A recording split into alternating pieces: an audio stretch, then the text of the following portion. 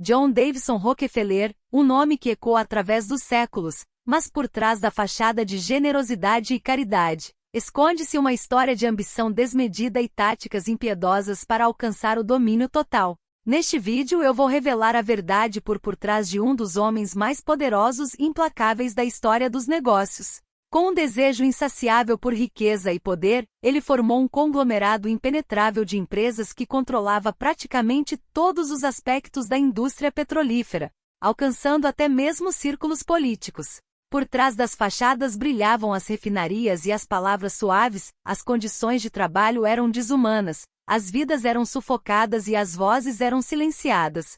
Os trabalhadores enfrentaram longas jornadas e perigos constantes, enquanto a magnata do petróleo acumulava uma riqueza incalculável. Ele desenvolveu táticas implacáveis para eliminar qualquer um que ousasse desafiar seu reinado. Ele via a competição como uma ameaça pessoal, e não havia limite para o que ele faria para consolidar seu império. Mas para você entender melhor essa história, precisamos voltar no tempo para entender o que aconteceu para ele ter se tornado esse tipo de pessoa. John Davison Rockefeller nasceu em 8 de julho de 1839 em Hartford, Nova York. Ele cresceu em uma família modesta, mas não foi uma infância comum. Seu pai, William Rockefeller, era conhecido como um charlatão e trapaceiro, envolvido em práticas duvidosas, como vendas de remédios fraudulentos, tipo vender PLR nos dias de hoje, prometendo a cura do câncer para pessoas desesperadas.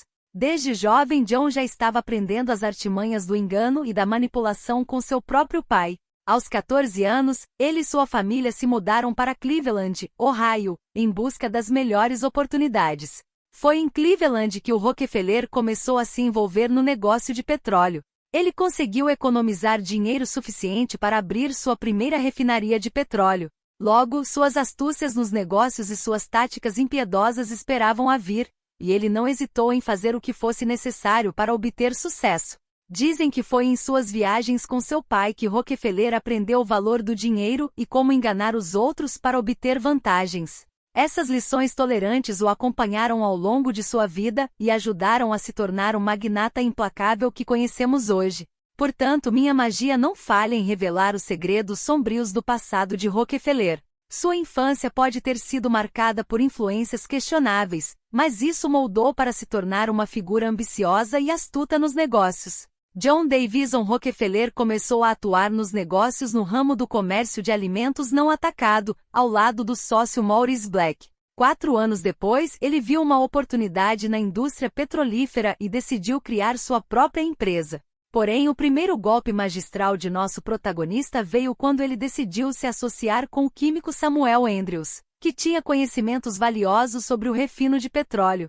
Samuel Andrews, um químico talentoso, foi a peça-chave para o desenvolvimento de refinarias de petróleo na época. Ele e o Rockefeller se encontraram quando a indústria do petróleo estava apenas começando a florescer. O óleo de baleia, usado como combustível na época, estava muito caro, o que abriu espaço para a exploração de novas fontes de energia. Rockefeller, com sua astúcia nos negócios e sede de poder, percebe rapidamente o potencial de Andrews. Ele viu a oportunidade de expandir seus negócios e dominar o mercado petrolífero.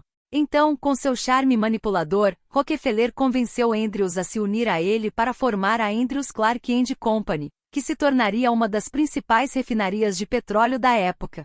Rockefeller sentiu que havia uma chance de obter ganhos experimentais se comprassem petróleo bruto a preços baixos e refinassem produtos valiosos como querosene. Então, ele e Andrews se envolveram em negócios com refinarias pequenas e produtores de petróleo, comprando cru a preços baixos e, em seguida, refinando-o em querosene de alta qualidade. Porém, não gostei muito de que Rockefeller mostrasse suas verdadeiras intenções. Ele começou a exercer sua influência e usar táticas implacáveis para assumir o controle da empresa. Rockefeller começou a manipular a situação a seu favor, comprando as participações de seus sócios com promessas tentadoras de mais riqueza e sucesso. Como era de se esperar, ele acabou assumindo o controle total da empresa, deixando Andrews de fora de qualquer decisão importante. A partir desse momento, Rockefeller estava no comando e já começou a implementar suas táticas impiedosas para consolidar sua posição no mercado de petróleo. A parceria que era para ser uma união igualitária logo se transformou em mais uma vítima das maquinações calculistas de Rockefeller. Ele tinha certeza de que a exploração e produção de petróleo eram setoriais lucrativos. Todo o processo, desde até garantir o consumidor final. Ele fez isso de maneira implacável, utilizando táticas que fariam até mesmo o mais inescrupuloso dos homens. A Rockefeller expandiu seus negócios para adquirir diversas refinarias e empresas de transporte. Ele reservava companhias aéreas e olhava dutos, garantindo que seu petróleo e produtos derivados fossem transportados de maneira mais eficiente e barata que seus concorrentes. Isso lhe dava uma enorme vantagem competitiva, mas ele não parou por aí. Rockefeller também adotou uma prática conhecida como cortar os preços até matar a concorrência. Ele reduzia os preços dos produtos refinados como querosene de forma drástica, de modo que seus concorrentes não conseguiam acompanhar. Isso os levou à falência, permitindo que Rockefeller comprasse suas empresas por uma pechincha. Esse ciclo vicioso contínuo, e cada nova aquisição, Rockefeller expandia ainda mais seu império petrolífero. Ele se tornou o dono de uma empresa expressiva chamada Standard Oil Company, que detinha o controle quase absoluto da produção, transporte e distribuição de petróleo nos Estados Unidos. Dominava o mercado de petróleo nos Estados Unidos e exercia controle sobre a maioria das refinarias e oleodutos.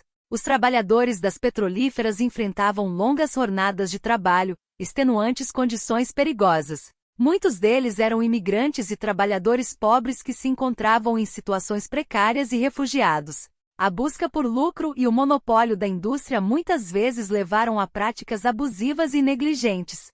Após consolidar seu império petrolífero com a Standard Oil Company, ele não se contentou em ser apenas a magnata do petróleo nos Estados Unidos. Sua visão e ambição levaram a buscar o domínio não só do mercado nacional, mas também do mercado global de petróleo.